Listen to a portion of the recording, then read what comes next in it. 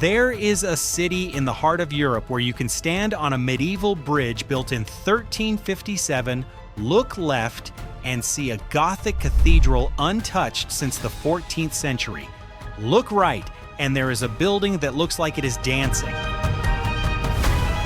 Deliberately designed to clash with everything around it, nobody tore anything down to make room. Both just exist across 6 centuries on the same river. That is Prague, and it tells you everything about a country that has survived enough to stop caring what things are supposed to look like. Most European capitals carry their history in ruins and reconstructions. A bombed cathedral, rebuilt slightly wrong. A neighborhood that used to be something else before the war erased it. Prague carries its history intact. Walk through Malastrana or Stare Miesto on a Tuesday morning, and what you are looking at is not a restoration, it is the original. Baroque facades, Gothic towers, Renaissance arcades, untouched or close enough to untouched that the difference requires a specialist to find. This did not happen by accident. Prague survived the Second World War without significant bombing for a reason that sits uncomfortably in history. The Jewish quarter, Yosifov, in the heart of the Old Town, was to be preserved as a museum to an extinct race, a monument to a people he intended to erase from the earth entirely. The preservation was not mercy, it was the architecture of contempt, and yet the consequence, unintended and grotesque in its origins, is that Yosifov still stands. The synagogues are still there. The cemetery, where the dead were buried in layers 12 deep because the walls of the Jewish quarter could not be expanded, is still there. Prague's most visited Jewish quarter in Europe exists because a genocide was interrupted before it could finish its own paperwork. The Czechs tell this history without flinching. They have had enough practice. Czechoslovakia was occupied by Nazi Germany from 1939. It was liberated in 1945, and within 3 years had fallen under Soviet-aligned communist rule that lasted until 1989. 40 years of a system that controlled what people said, read, believed, and aspired to. The Prague Spring of 1968, a brief experiment in reform, a loosening of the grip, was crushed by Warsaw-packed tanks within months. The writer Milan Kundera, the playwright Václav Havel, the musicians and artists who refused to disappear quietly, they were banned, imprisoned, forced into exile, or pushed into silence. Then, 1989, the Velvet Revolution, named for how it happened, without violence, without shots fired. A country that simply decided it was done and walked out of the system it had been locked inside. Havel went from prison to the presidency. Czechoslovakia became briefly and peacefully 2 countries in 1993, the Czech Republic and Slovakia parting ways in what became known as the Velvet Divorce, a separation so civil that the 2 nations have remained close friends ever since. What you are walking through in Prague, then, is not just medieval architecture. It is the accumulated physical evidence of a city that has outlasted every system that tried to define it. The stones were here before the Habsburgs, before the Nazis, before the Soviets. They will be here after whatever comes next. That knowledge gives the place a particular quality, and not arrogance exactly, but a kind of long patience that reads on the streets as confidence. Plant this detail and hold it. At tram stops across Prague, locals wait for the next car with books open in their hands. Not phones, books. It is not a performance or an affectation. It is what people do when they have grown up in a country where the right to read what you wanted was not guaranteed, and where that right, once recovered, was not taken lightly. Czech women are striking in the way that Central European women often are. Fair skin, light eyes, the particular bone structure that comes from centuries of Slavic, Germanic, and Celtic ancestry braided together. They dress with care for ordinary occasions. They carry themselves with the ease of people who have not been taught to make themselves smaller. Walking through Prague, this is not what you notice first, but it is what stays with you longest. What sits underneath the surface is more interesting than the surface. The literacy rate in the Czech Republic is 99%, applied equally across genders in a country where education has been taken seriously across multiple regimes, precisely because each regime needed educated workers. Czech women graduate from universities at rates comparable to or exceeding men. They work across sectors, including ones that other European societies still treat as primarily male. The professional confidence is real, and it is not a recent development.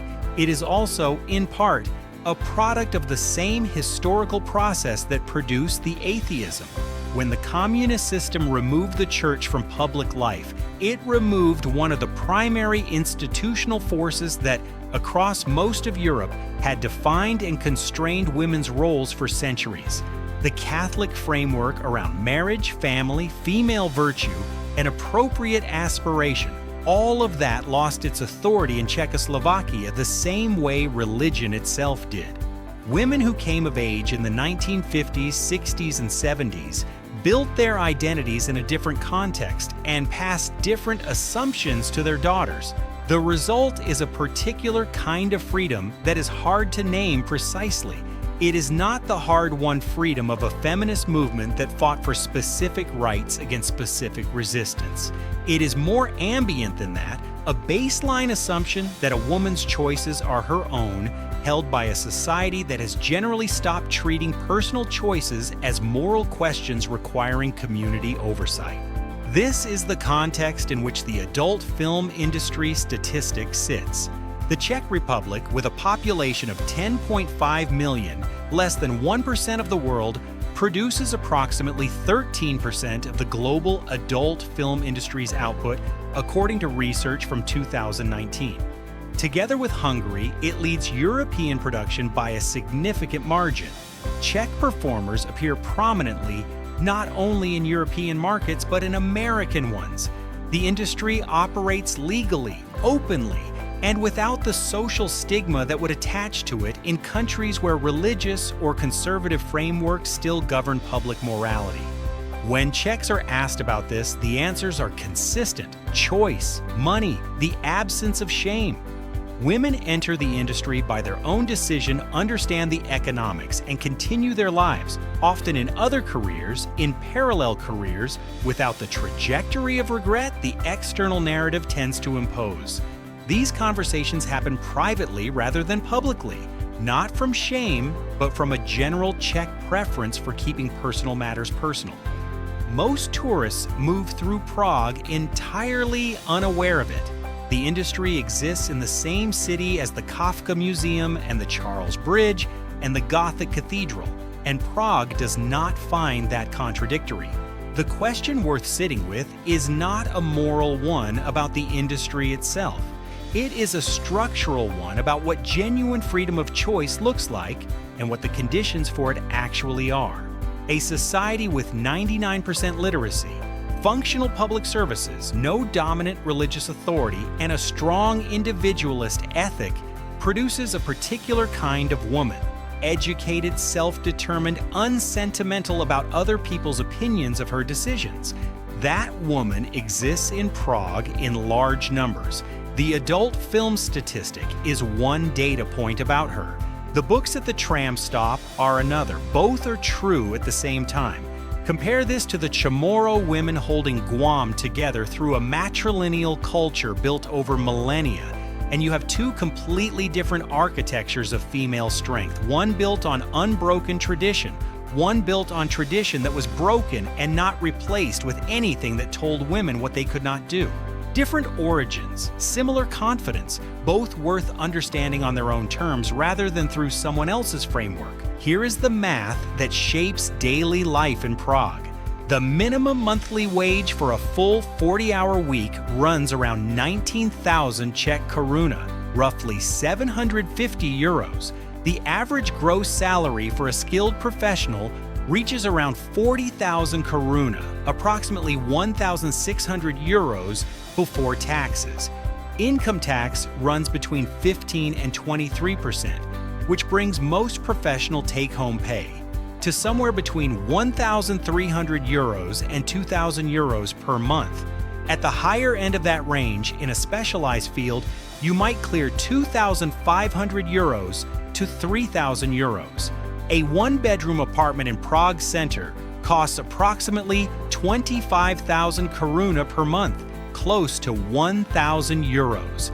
That is, for an average earner, more than half of their monthly take-home pay going to rent before food, transport, or anything else. If you share a flat, the number drops to around 8,000 koruna per person, which changes the equation considerably. Most young people in Prague share. The city runs, like most European capitals, on the invisible infrastructure of people who spend a significant portion of their income on housing and build their lives around what remains. Prague is cheaper than Paris, cheaper than Amsterdam, cheaper than London or Zurich. That comparison is accurate and also somewhat beside the point, because Czech salaries are not Parisian or Dutch salaries. The city is genuinely affordable for Western European visitors and genuinely challenging for the Czechs who live in it. Both things are simultaneously true, and the gap between them is a source of ongoing quiet frustration that doesn't always show on the surface of a city that has learned across difficult decades to keep its discontents internal.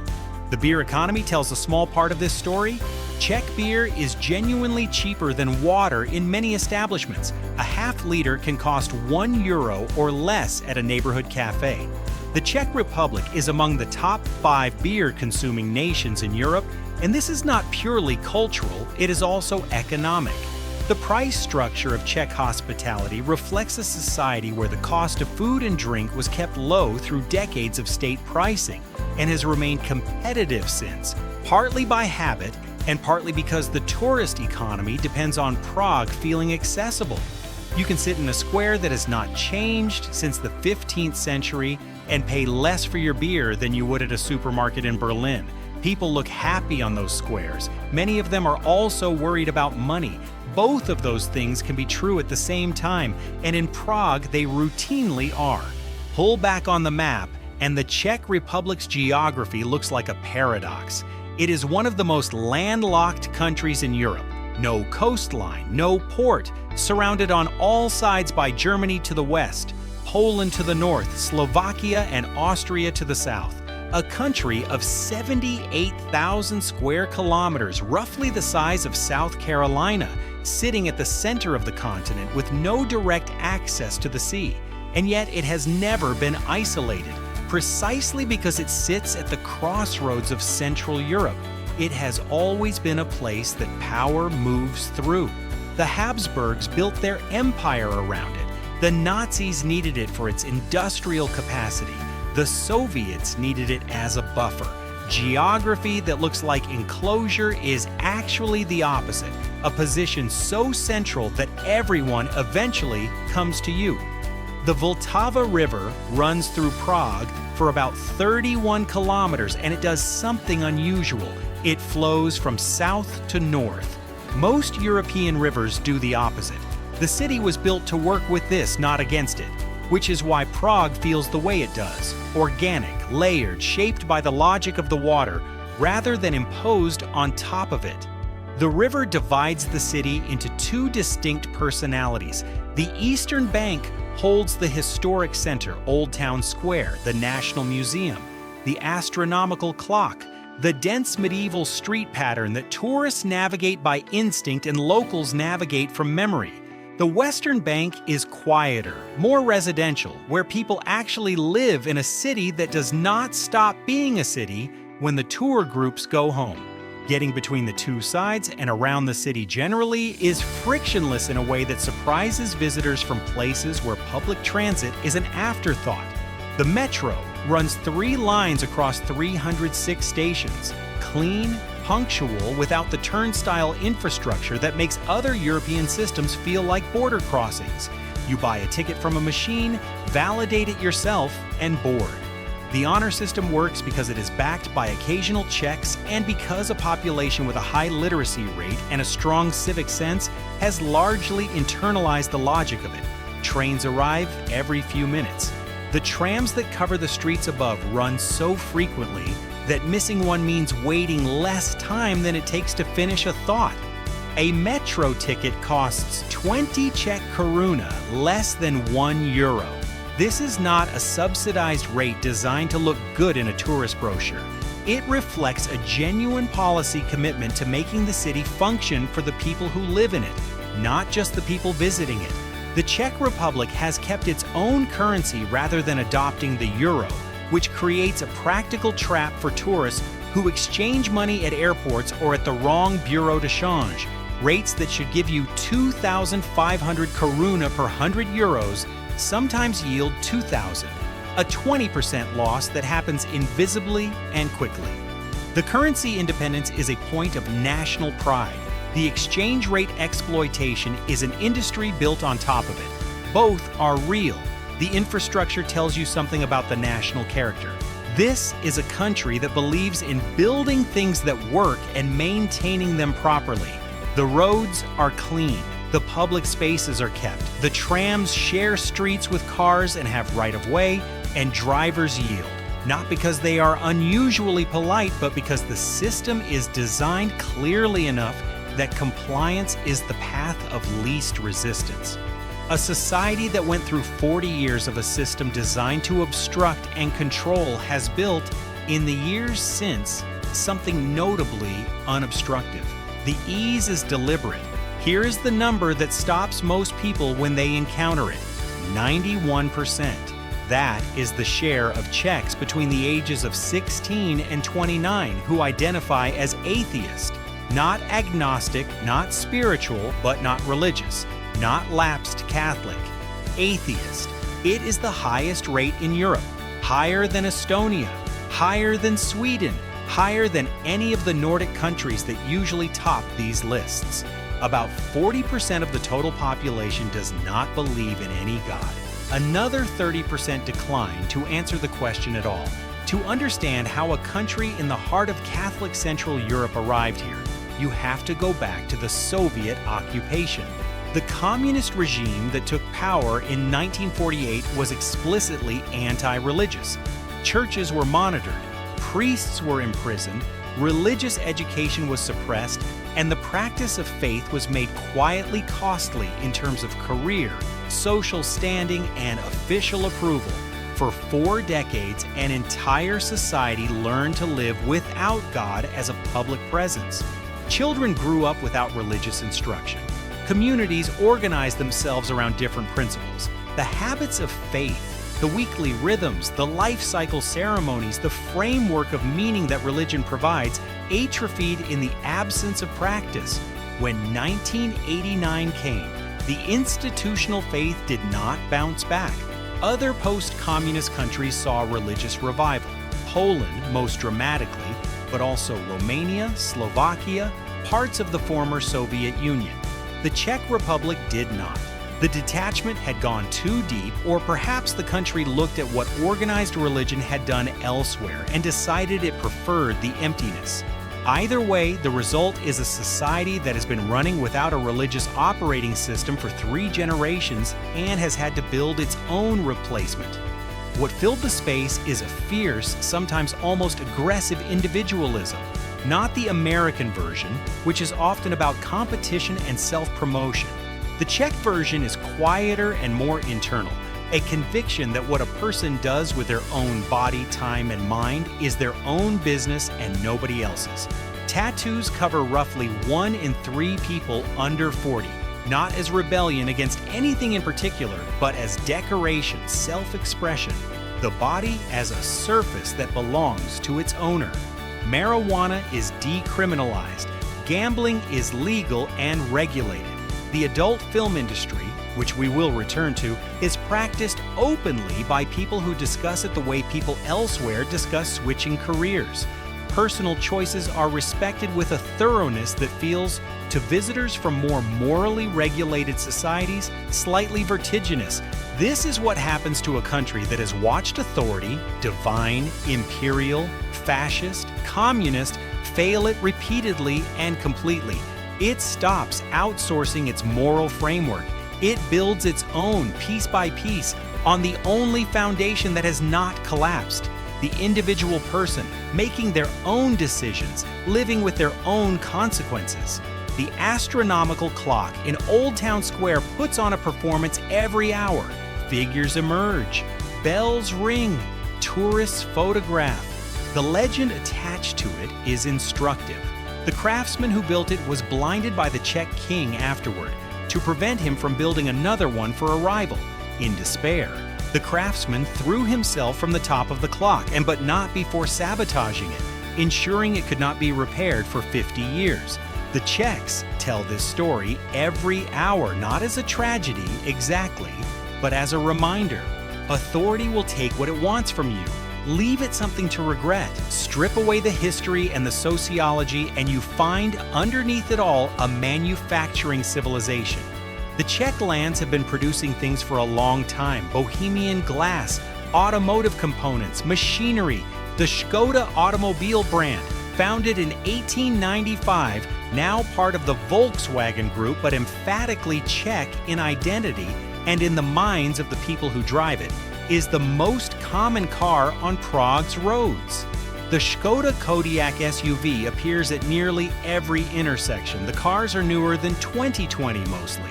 The roads they run on are well maintained, a society that spent 40 years being told what to think maintained throughout the capacity to build things that work. The scientific contributions are disproportionate to the country's size. Otto Wichterle, a Czech chemist, invented soft contact lenses in the early 1960s, working with children's building toys as the original spinning apparatus in conditions that required improvisation rather than laboratory resources. Gregor Mendel, the Augustinian friar who established the foundational laws of genetic inheritance by growing peas in a monastery garden in Brno, was born and worked in what is now the Czech Republic. His work was ignored for decades and then became the basis of modern genetics. Franz Kafka was Bohemian, Czech in current terms, and wrote in German about the experience of living inside systems that were opaque, arbitrary, and impossible to appeal. His novels feel to anyone who has read a bureaucratic letter that explained nothing and required everything, like documentary realism. The word Kafkaesque entered global usage as a shorthand for a particular kind of institutional absurdity. It was coined for the work of a man who grew up in Prague watching the Austro-Hungarian Empire manage its subjects with exactly that quality. The word robot also entered the world from this country. The playwright Karel Čapek used it in a 1920 play derived from the Czech word for forced labor to describe artificial beings created to do work that humans preferred to avoid. The word spread globally before the technology it named existed. A country that had spent centuries doing other people's forced labor gave the world the concept of the machine that could do it instead. The dancing house on the Vltava embankment, built by Frank Gehry and Vlado Milunic between 1994 and 1996, nicknamed Fred and Ginger for the way its two towers appear to move together, was controversial when it was built. It clashes deliberately with the surrounding 19th century architecture. The Czech architectural establishment was not uniformly pleased. It was built anyway, and it became an icon almost immediately because it expressed something true about the post-1989 Czech Republic, a society that had emerged from a gray ideological box and was trying, sometimes awkwardly and sometimes brilliantly, to figure out what it actually looked like when it was free to choose. Ice hockey is the national sport, not football, which dominates most of Europe, not basketball. Ice hockey, a sport of cold and speed and controlled aggression, played indoors through a long winter, followed with the kind of sustained attention that other countries give to their football leagues. The Czech national team has been among the strongest in the world for decades. Jaromír Jágr, who played professionally until his late 40s, is one of the highest scorers in NHL history. The Czech Hockey League runs from September through April and holds the country's attention in a way that nothing else quite does. A country that built itself its own relationship to God, and to authority built itself its own relationship to sport as well. Come back to the astronomical clock. Every hour, on the hour, the mechanism runs through its sequence. The figure of death, a skeleton, as rings a bell. The apostles rotate past the windows above. The rooster crows, tourists photograph it. The clock has been running with interruptions since 1410. The craftsman who built it was blinded, so he could not build another one. He sabotaged it anyway, and was vindicated by 6 centuries of it continuing to function. Prague tells this story every hour to anyone standing in the square. What the story says, if you let it, is something about the Czech relationship to power and to creation. Authority will take what it wants, build something good enough to outlast it, leave it something to work around. The Jewish quarter is still there. The medieval street plan is still there. The language, Czech, one of the harder ones to learn, close to Slovak but distinct, surviving through empire and occupation, is still there. The Chamorro in Guam are fighting to save their language in real time. The Czechs never had to fight for theirs because the occupying systems, for all their damage, could not quite reach that far inside. Language survived, and with it, something essential. A 16-year-old in Prague today has grown up in a country with no dominant religion, a strong public education system, legal personal freedoms that most European countries do not match, and a historical memory dense enough to make abstractions like freedom and authority feel concrete rather than theoretical. She has probably read Kafka. She has probably sat at a tram stop with a book. She has opinions about the Velvet Revolution and the EU and the price of apartments and whether Skoda has sold its soul by being German-owned. She is, in many ways, the product of everything that happened in this country across the last century, the losses as much as the gains. The Czech Republic is not a simple success story. The economics are genuinely difficult for people who live here rather than visit. The political inheritance of decades under communism left marks on institutions and on people that have not fully healed. The country is grappling, like most of Europe, with questions about immigration and national identity, and what the European project is actually for. These are not resolved. What is also true is that a country that lost its God, lost its empire, lost its political union, was occupied twice in living memory, and emerged from all of it still building things, still reading books at tram stops, still making beer cheaper than water, and contact lenses and the concept of the robot. That country has earned a particular kind of credibility. Not the credibility of a place that things went well for. The credibility of a place that kept going anyway.